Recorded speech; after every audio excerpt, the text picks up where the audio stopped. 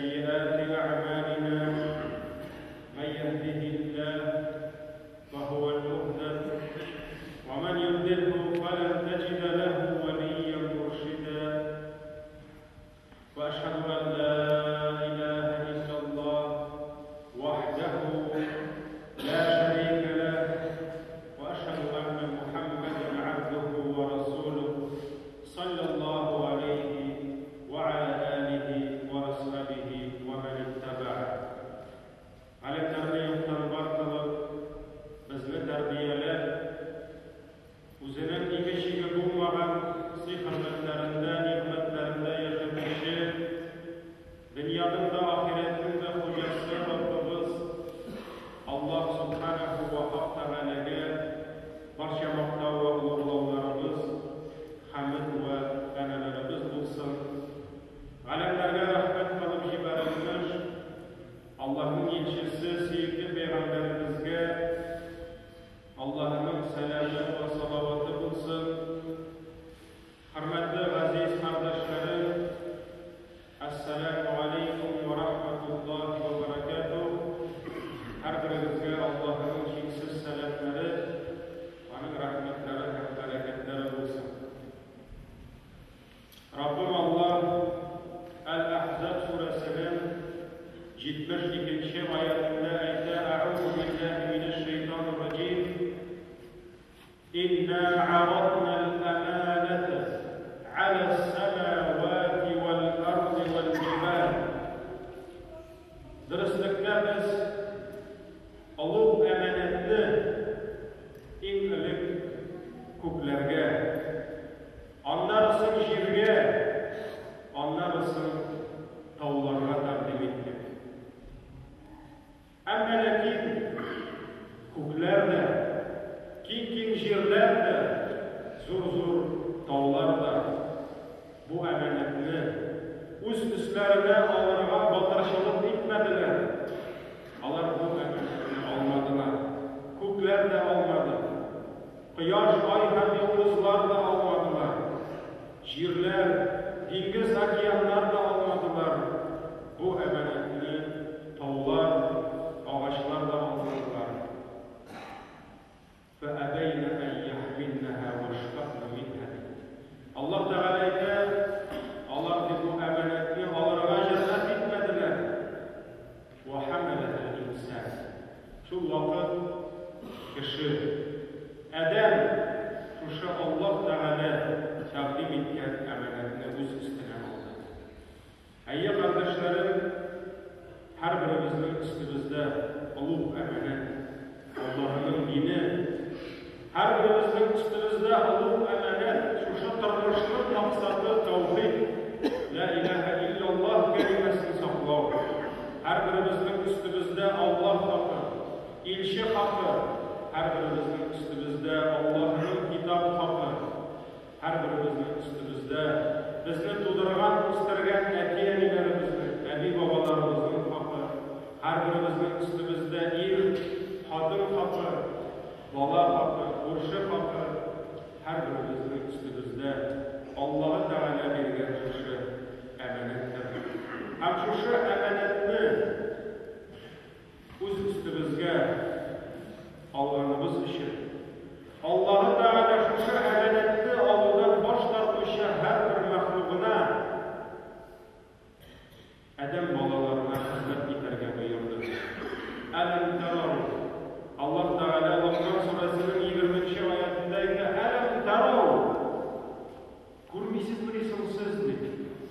Men sizga bergan ko'zlar bilan ko'rmaysizmi siz dedi. Alloh sakhara lakum ma fis samawati va ma fil ard. Ko'rmaysizmi siz kishilar dedi. Allah Teala sizga barcha ko'kda bo'lgan, ham yerda bo'lgan narsalarni xizmatga topshirdi. Ko'klar, ko'kda bo'lgan maxluqlar, yerlar, yerda bo'lgan barcha narsa Allah Teala aytadi, men uni sizga topshirdim dedi. Bitirisi sizga xizmat etadi. Ayyi qardoshlar, Adam bolasi u kichkina zot, u zaif zot.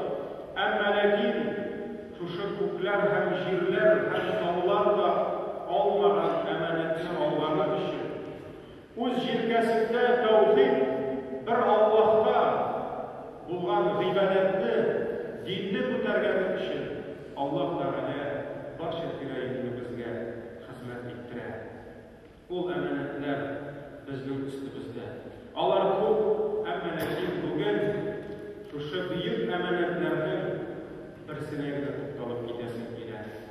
Бу әманәт Аллаһ Тәгаләнең кешелек дөньясына тапшырган бөек әманәтедер, бөек нигъмәтедер. Аллаһ бу әманәтне үзенең ахыр илчесенә, үзенең ахыр өммәтенә саклап килде. Пәйгамбәрбез саллаллаһу алейхи ва саллямга кадәр җир өстендә 100 меңнән артык пәйгамбәр яшәде. Безгә кадәр меңләгән өммәтләр булды. Әмма ләкин Аллаһ бу әманәтне үзенең ахыр илчесенә тапшырып, ахыр илчесенең үстендә бу әманәтне ахыр өммәткә безгә тапшырып иде. Әйе кардәшләрем, бу бөек әманәт Аллаһның кешелеккә булган ахыр мөрәҗәгате Коръәндер. Аллаһның китабы Коръән. Бу китап турында без еш сөйләшәбез. Ләкин күпме генә Аллаһның китабын искә алсак та, күпме хутбәләрдә, вагаз дәресләрдә шушы китапка, аның ичендә яшерелгән зур-зур хәзинәләргә күпме генә тукталсак та, ул аз җәмәгать.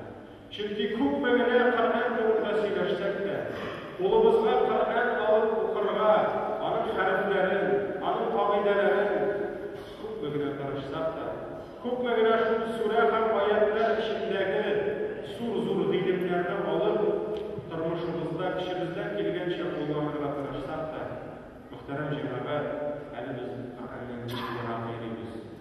Әле Коръән өммәте дип аталса да, бу китаптан бик ерак йөри. Аллаһның китабы кешелекне караңгылыктан яктылыкка, хәсрәттән бәхеткә, җәһәннәм юлыннан җәннәт юлына алып чыга. Коръән мәдрәсәсенең әүвәлге шәкертләре, сахабалар шушы бөек әманәтне Пәйгамбәрбез саллаллаһу алейхи ва саллямның үзеннән чәчми-түкми кабул иттеләр. Коръән чишмәләреннән алар үзләренең сусауларын бастылар. Коръән чишмәләреннән җаннарына ризык, калебләренә шифа алдылар. Пәйгамбәрбез алейхиссалату вассалам аларга Коръән укырга өйрәтте. Ул аларны Коръән белән тәрбияләде.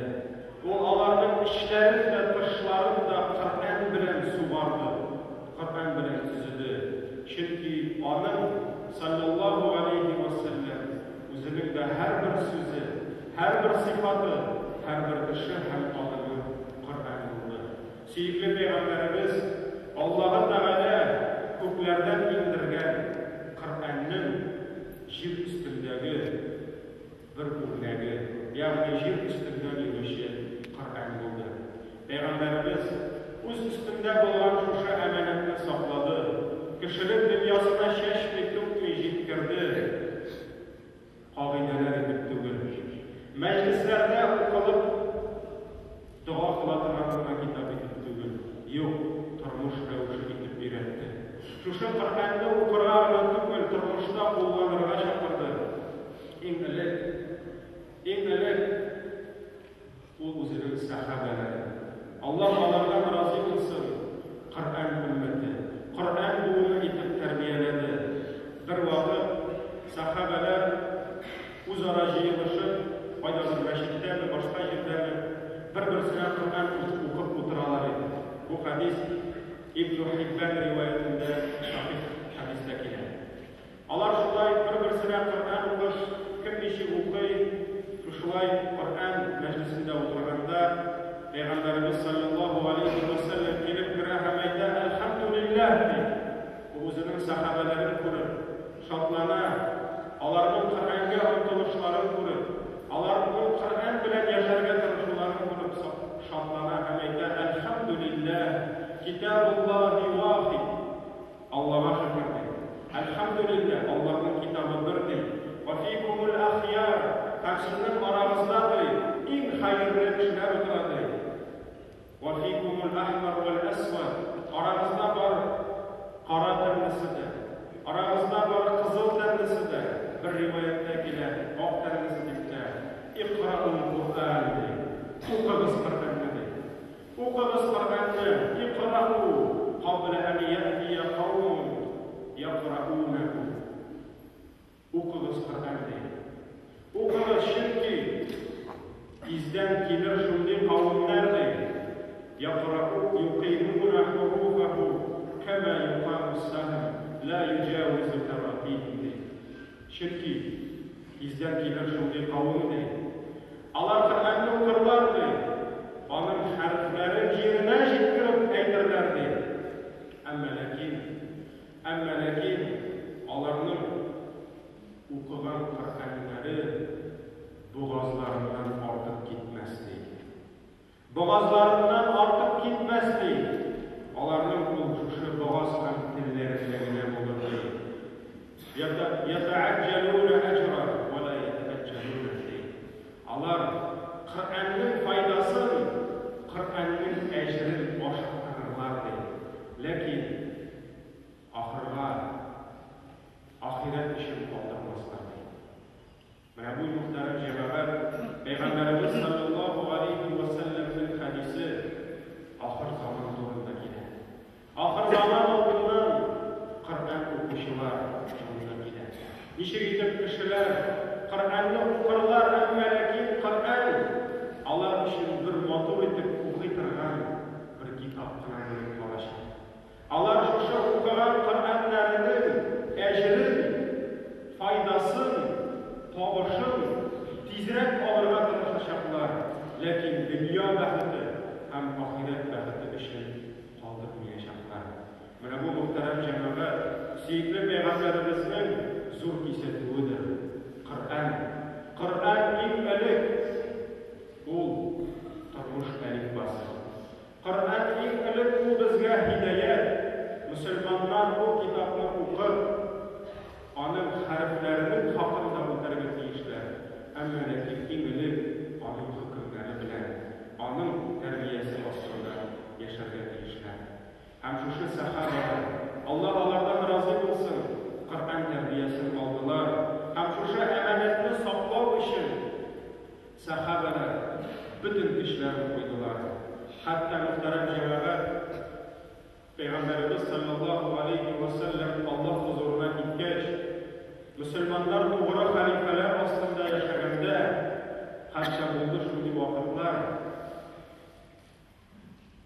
Bir vaqt Umar ibn Hattab bir türküm sahabelerni jibarib Iroq yanına tabar. Allah'ın kitabını yaratırgan, kishilarni dinga chaqirgan. Ham bilasiz bu narsani o'g'illarni ya, bu ayda kishilarga hadis dinamadi. Hatta Peygamberimizin Ömer kim yarattı miken Allah'ın içisi? Hatta Peygamberimiz sallallahu aleyhi ve sellem'in hadislerini söylerdi ya. Niçin? Kur'an'dan Allah'ın şiddetlerini. Ana biz nişi gidip Allah kitabını sakladılar. Nişi gidip şu emanetini sakladılar. Hatta o kişiler şu Ömer cibergen yerlikte gelip düşkəş, kişiler aytdılar bizge Peygamberimizin hadislerini söylerdi degeç, onlar aytdılar biz sizge hadisler söyleyə almayız. Çünki Ömer ibn Hattab dedi bizge demektiler. Onlar korktular. Biz aytmayız Ömer'de sünnetke karşı çıkardı. Ömer gibi sünnetini saklagan, Ömerler gibi, doğru halifeler gibi sünnetke yapışkan hem mehabbetli bulgan bütün kişiler yok. Ama lakin bu fursete onlar korktular. Onlar korktular. Kişilerinin Kur'an'ga bo'lgan munosabatlari saqlaydi. Kishilar boshqa ilimlarga berilib, Qur'ondan yiroqlaydilar deb qo'rqdilar. Shunga ko'ra hatto Umar ibn Hattab hadisda söylememişti. Mana bu ularning Qur'on uchun qayg'urulari, Qur'on uchun burchliklarini ko'rsatadi. Sahobalar shu amonatni nishib saqladilar. Muhterem cemaat, Kur'an yollab, onu başkalarına iletip durur. En ilk sahabeler o Kur'an'ın usturmuşlarından kullandılar.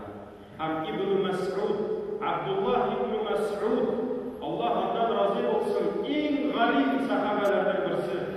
Kur'an boyunca en zor ilim iyelerinden birisi. Abdullah İbn Mes'ud ayda, biz de sahabeler, Allah ondan razı olsun, eğer birimiz bu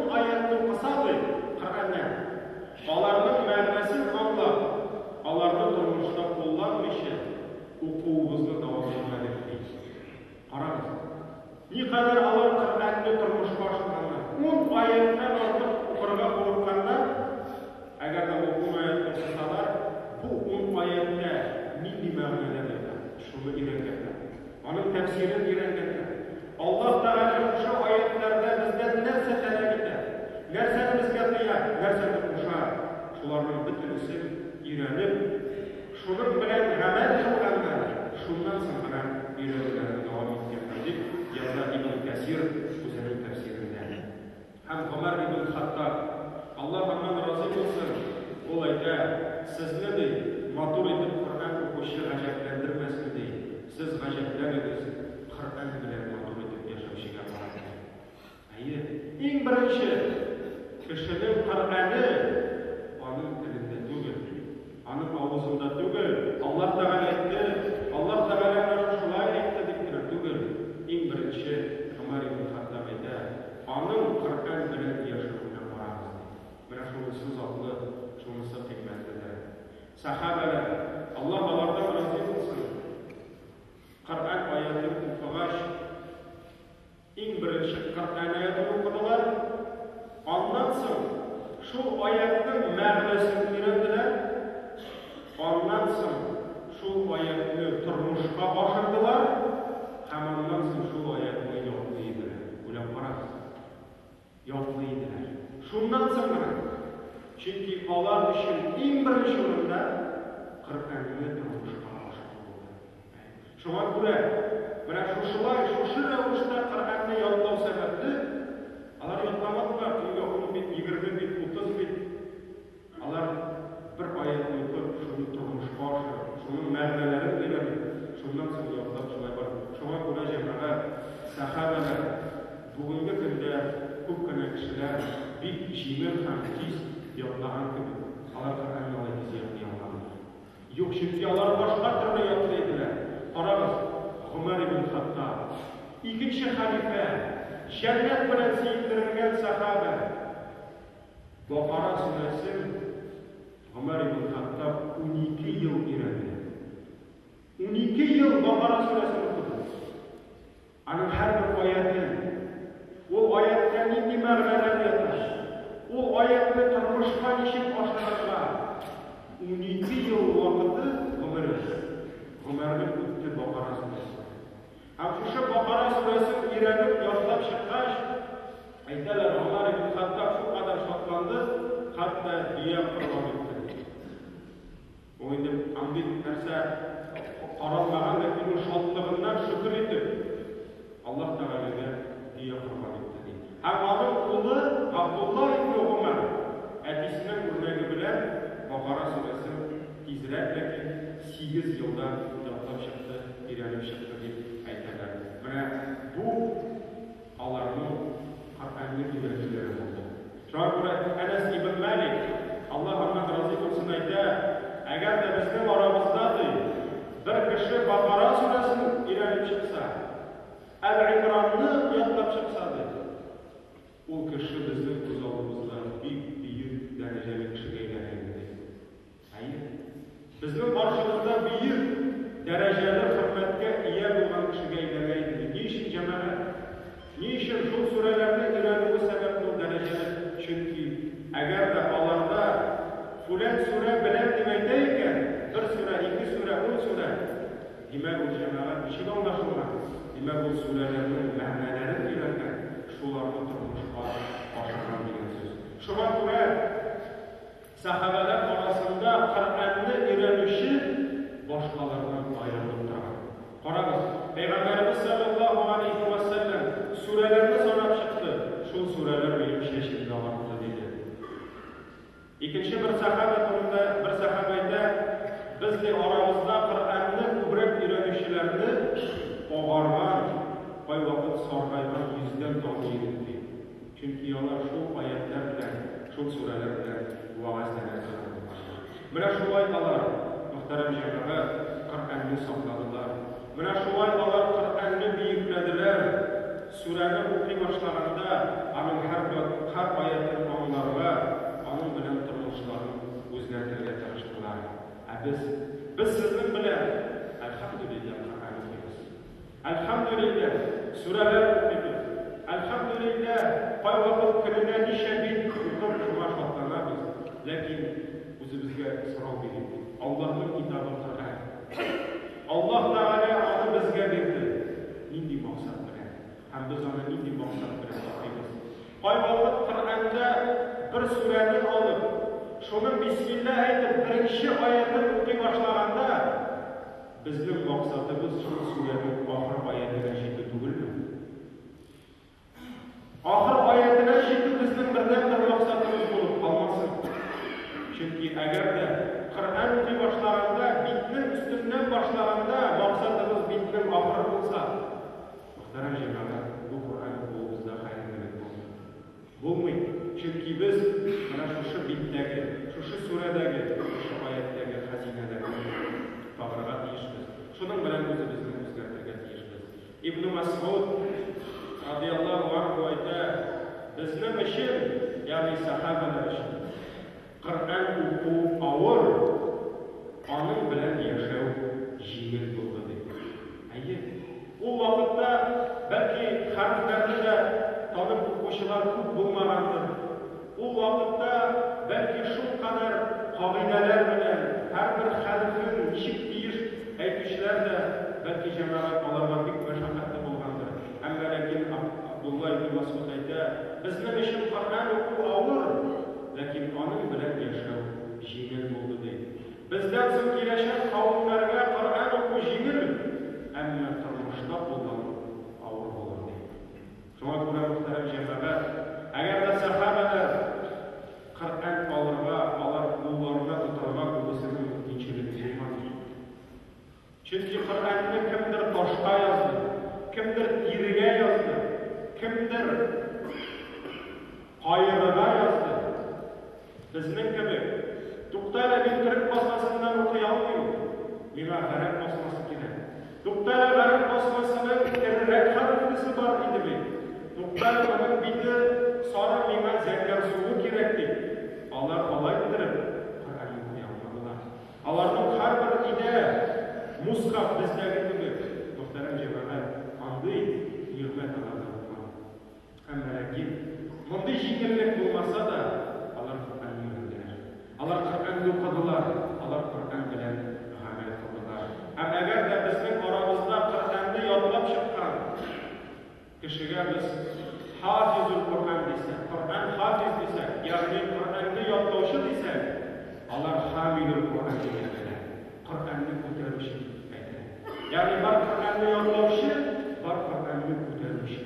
Yer ustida Qur'onni ko'tarib yurishi. Mana bu kishiga Allah hamilul Qur'on deydi.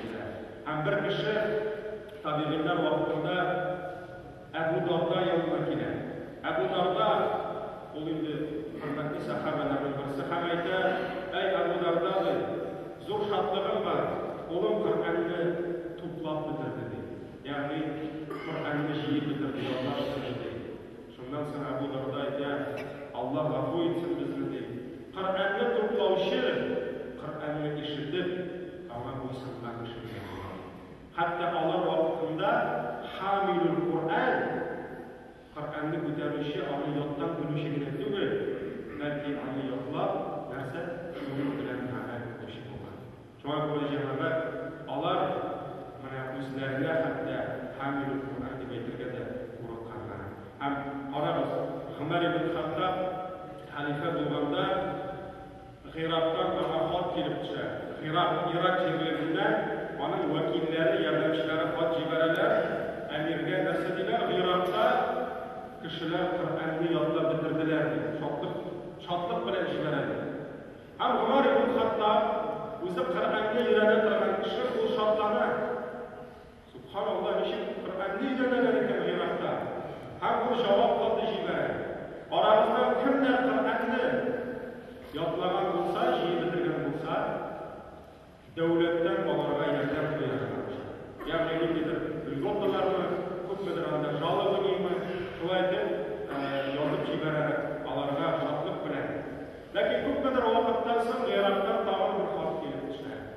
Amayda amirimiz deydi, bizga byudjetdan ularga yordam berib qo'shganda bizning 700 dan ortiq bitimdi deydi Qur'onni yodlashlar. Bu qadar qancha ketkirasi. Shunda Umar ibn Xattob problema bo'ldi. Ayni u anlaydi. Bu Iroqdagi kishilar Qur'onni sahobalar bilan o'rgangan. Shunga ko'ra ular 700 kishi yodlay oladi. Agarda sahobalar deb bilgan нәрседен бұл қадар яқтай алмастар еді. Бұл шыңнан соң yazып жібәрі жауап. Мен қорқамдай, алар Құр'анны ятлап бітірілер, әмма динні аңлай алмаслар дейді. Динде фақих болмаслар деп қорқамдай. Шуңа оларға бір нәрсе де бермәңіз деп жазып жібәрі.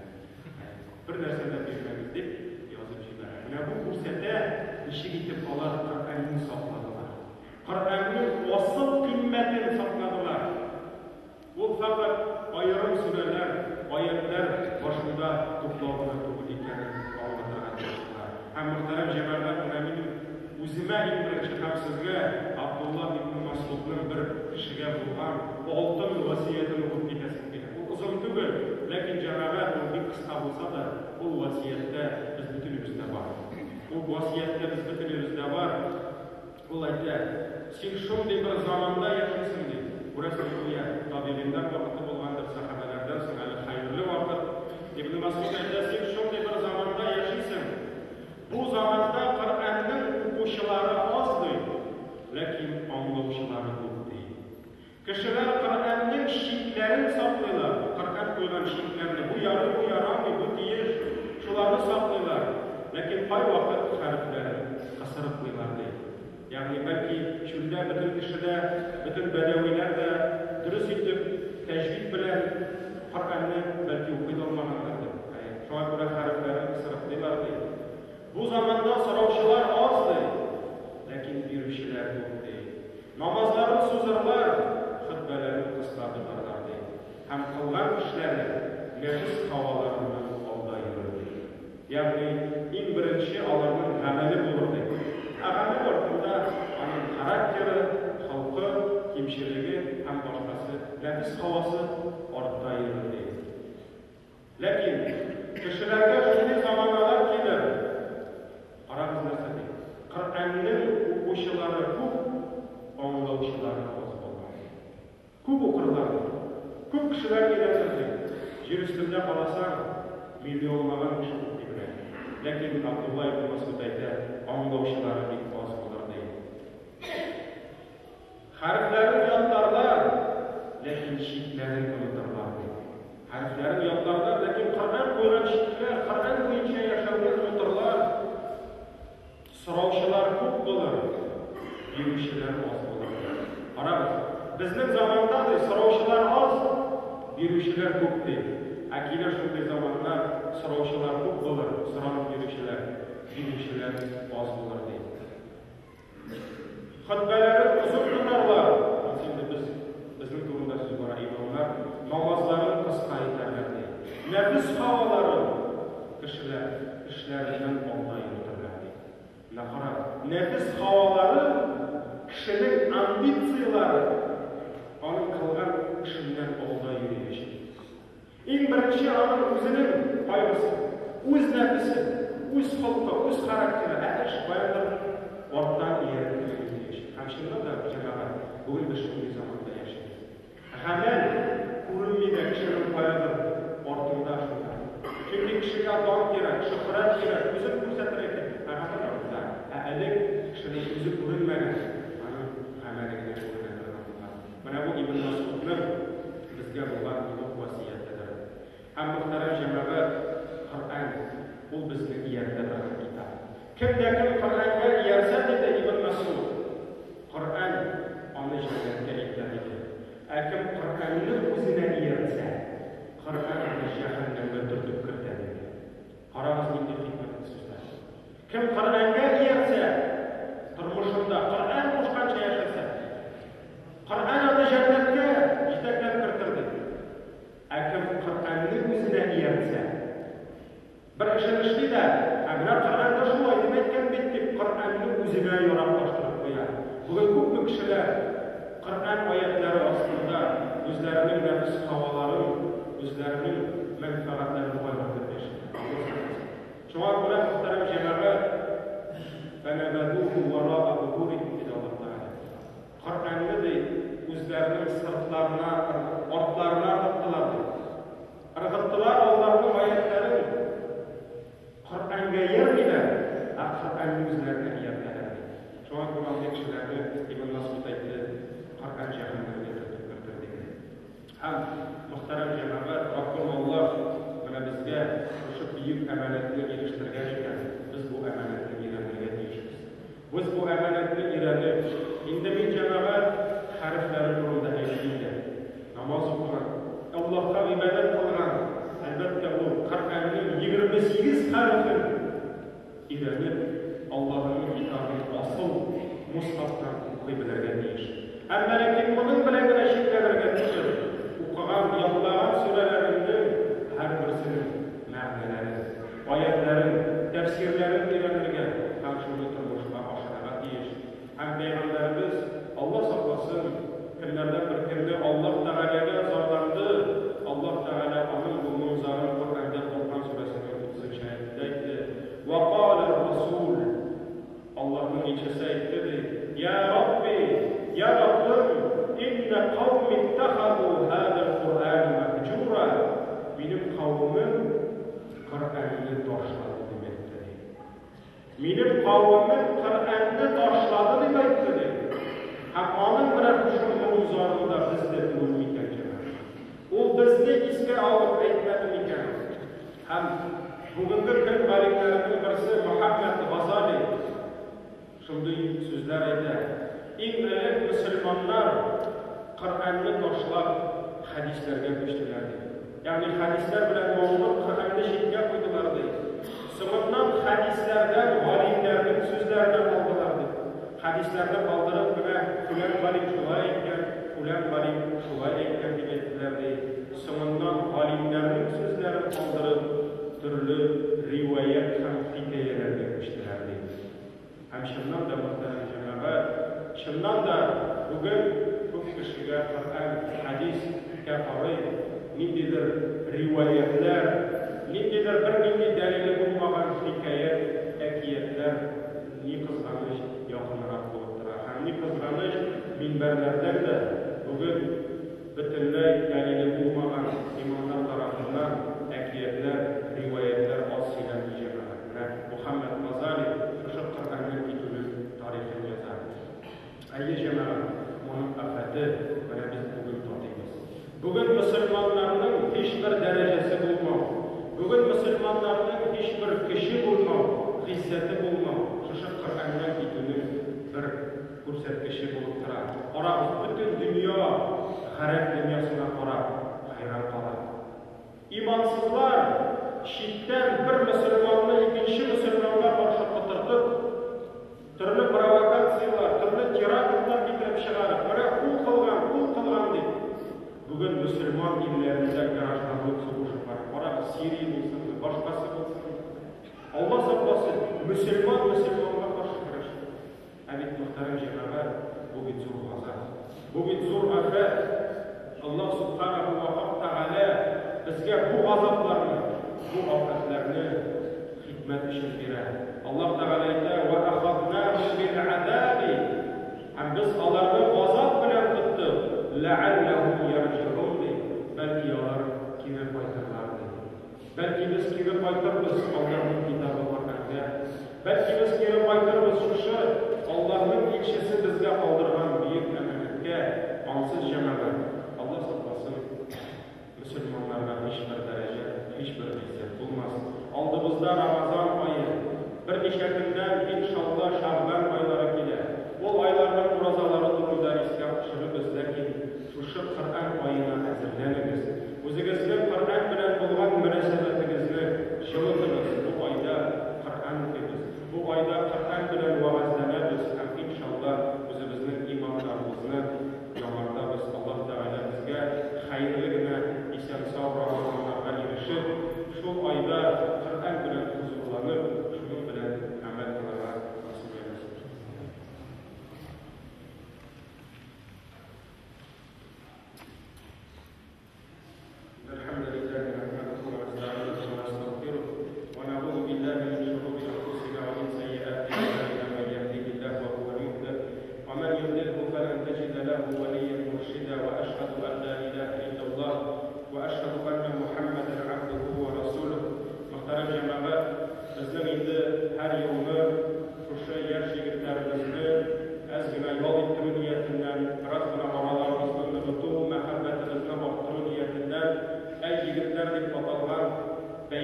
sport yarışları ötkənəydi.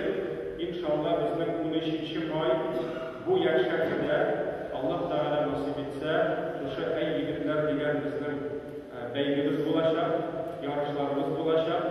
Shunga ko'ra Botir degan Siyidbekaning filialida Chishmali o'ramida kiradi. Botir degan o'sha yong'in sport kompleksida ertangi 9ga biz sizni chaqiramiz. O'sha aygida boramiz. Ham inshaalloh bunda biz kurash bo'yicha yer ko'tarishi toza yigitlarimizga da qo'l kurashi bo'yicha da yarışlar bo'lashaq. Ham bu yil bizning bolalarimizga da bo'lashaq inshaalloh. Shunga ko'ra bolalarimiz, onlarimiz bilan 13-oy kuni yakshanba kuni Botir kompleksida kutamiz. Alloh nasib etsa, soat 9da boshlana, kimlar endi azrakkina qish sinash qo'yib deb aytsangiz, soat 8larga kelib endi yozilasi registratsiya. Shunga ko'ra aytamiz, keling, qarib bizning Botir yigitlarimizni qish sinashimiz sinovlarini qarab, inshaalloh bir oramizdagi mahabbat do'stligimizni orttirib